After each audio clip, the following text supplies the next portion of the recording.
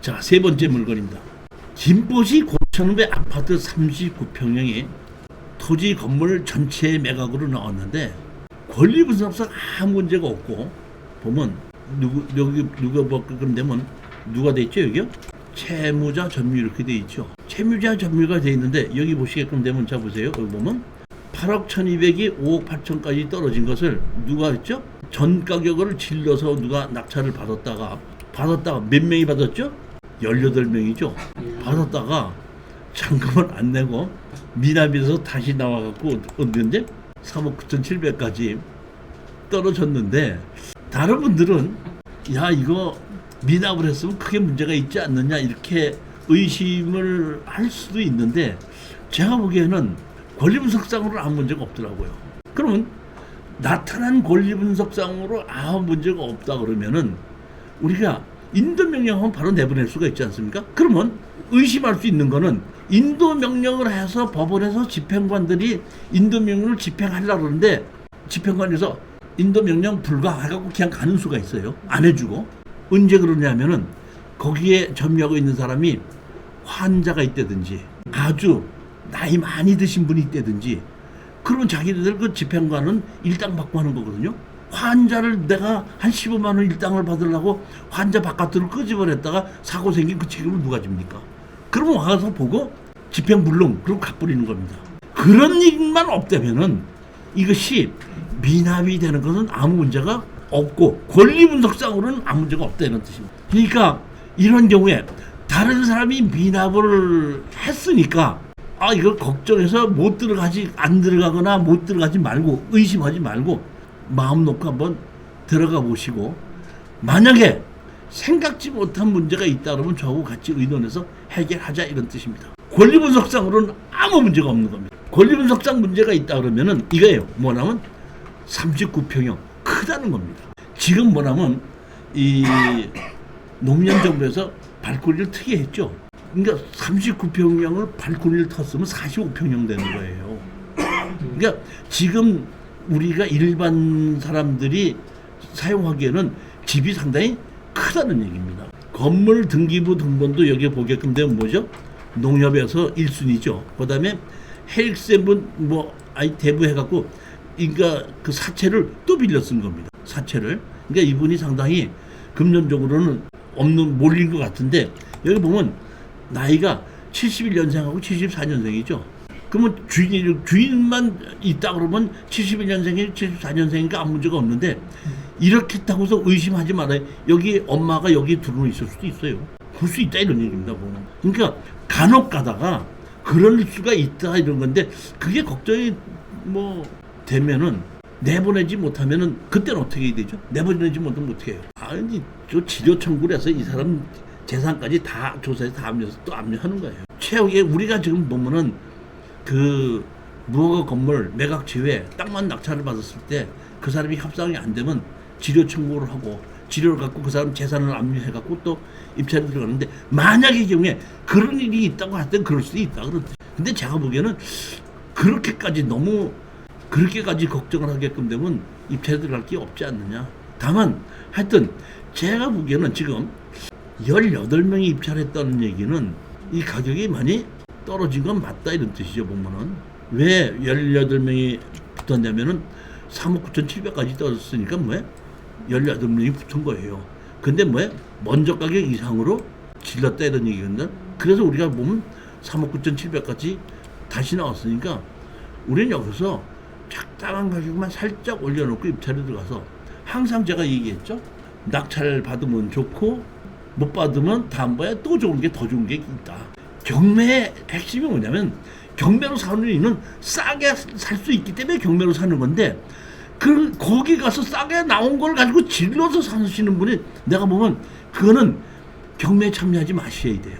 자, 이것도 제가 안내 말씀드리는데, 제가 매주 화요일 날 정규 과정으로 토지 개발 과정과 특수 경매 과정을 강의를 하고 있는데, 그 권리 분석을 설명하는 것이 아니라 제가 이 특수 경매에 낙찰을 받았던 것이 한 십몇 년 동안에 수백 개가 있거든요.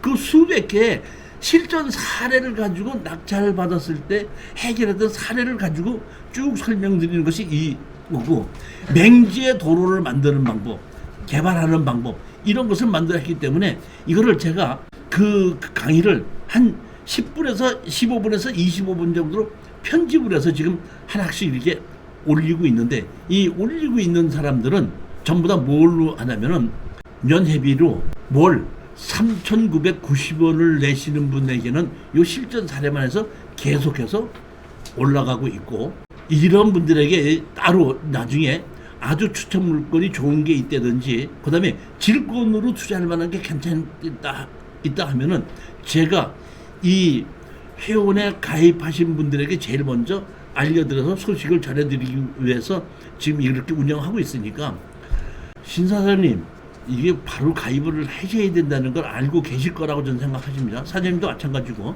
지금 이렇게 가입을 하시게끔 되면 제가 이 회원들에게는 앞으로는 많은 아마 그것이 연락이 갈 거라고 생각하고, 제가 지금 추세가 이렇게 오프라인으로 강의하는 시대가 아니고 온라인으로 강의하는 시대로 이게 바뀌어 가더라고요.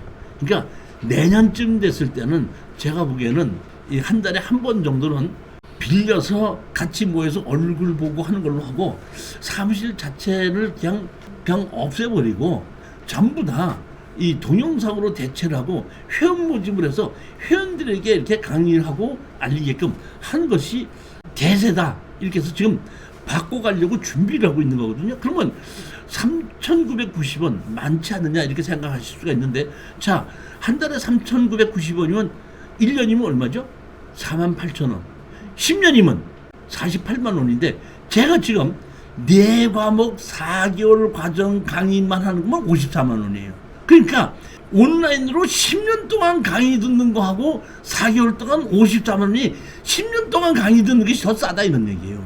근데 제가 보면 그렇게 해도 괜찮은 게, 왜냐면 여기 강의실을 빌리면 강의실의 임대료, 관리비 이런 거 다 나가게끔 되기 때문에 가격이 올라가야 되지만은, 그렇지 않고 앞으로 전부 다 온라인으로 하게끔 되면은 이렇게 가격을 낮춰받아도 여러 명이 같이 수강할 수 있기 때문에 큰 문제가 없죠. 수익상으로도 큰 문제가 없지 않겠느냐 해서 지금 한 1년 동안을 제가 목표로 두고 한 제 욕심입니다. 바람이 그렇다는 얘기지, 그 바람대로 이루어지지 않겠지만은 한 1년 동안 1,000명을 목표로 열심히 지금 모집하고 있으니까, 여러분들도 크게 언제든지 하다가 마음에 안 들면 탈퇴해도 되거든요. 탈퇴하면 되는 거니까, 아, 이게 내가 기대해봤더니 3,990원 아까워, 안 돼, 탈퇴하면 되는 거니까 언제든지 염려하지 마시고 일단은 한번 가입을 해서 들어보시고, 아, 3,990원 내도 들을만 하다 하시면 그냥 그대로 가고, 아, 마음에 안 들어 그럼 바로 탈퇴 신청은 탈퇴되는데, 어떻게 하면 되냐면, 제가 보면 유튜브를 쳐서 이종실을 치시게 되면 제 유튜브가 많이 뜨거든요. 그럼 거기에 구독을 눌러요. 구독을 누르면 그 밑에 가입하기가 나옵니다. 그럼 가입하기를 누르게끔 되면 거기 계좌번호가 뜨거든요. 그 계좌번호로 3,990원 입금하시게끔 되면 바로 회원으로 등록이 되는 거고, 한두 달 들어봤다가 마음에 안 들어, 나 저기 탈퇴한다고 다시 탈퇴 신고하게끔 되면 빠져나오게끔 된다, 이런 얘기입니다. 3,990원에 가치가 있는지 없는지는 여러분이 한두 달 정도 들어보시고 결정하셔도 된다는 얘기니까, 일단은 한번 좀 들어봐 주시기를, 가입해 주시기를 부탁드리는 겁니다. 자, 네 번째 물건입니다. 수원시 권성구 아파트, 이거는 25.66평형입니다. 대학령 있는 임차인이 배당 요구를 했는데, 이 사람이 얼마에? 2억 4천입니다. 그러면 지금 가격이 얼마까지 떨어졌죠? 1억 9,500까지 떨어졌죠.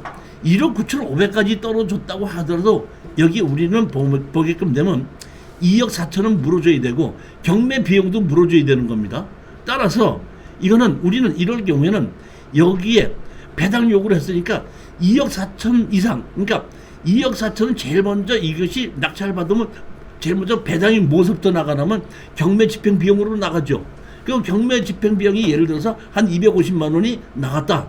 그럼 그 다음에 배당되는 것이 어디로 배당되냐면 대학령에 있는 임차인한테도 배당이 되는데 그 배당 요구한 사람이 그 사람이 얼마였냐면 2억 4천을 했거든요. 그럼 2억 4천을 받아가지 못하면 받을 때까지 그 사람은 그대로 있을 수 있고 내보낼 수가 없다 이런 뜻이라는 얘기. 그러니까 우리는 최저 가격을 2억 4천에서 강제 경매 집행 비용까지 합친 걸로 낙찰 그 가격 이상으로 낙찰 받았으면은 우리가 인수되는 금액이 없거든요. 그러니까 그런 가격으로 해서 살만하면은 입찰 들어가는 거고 그렇지 않다 그러면 안 들어가는 건데 이거 보면 감정 가격이 지금 얼마였었죠?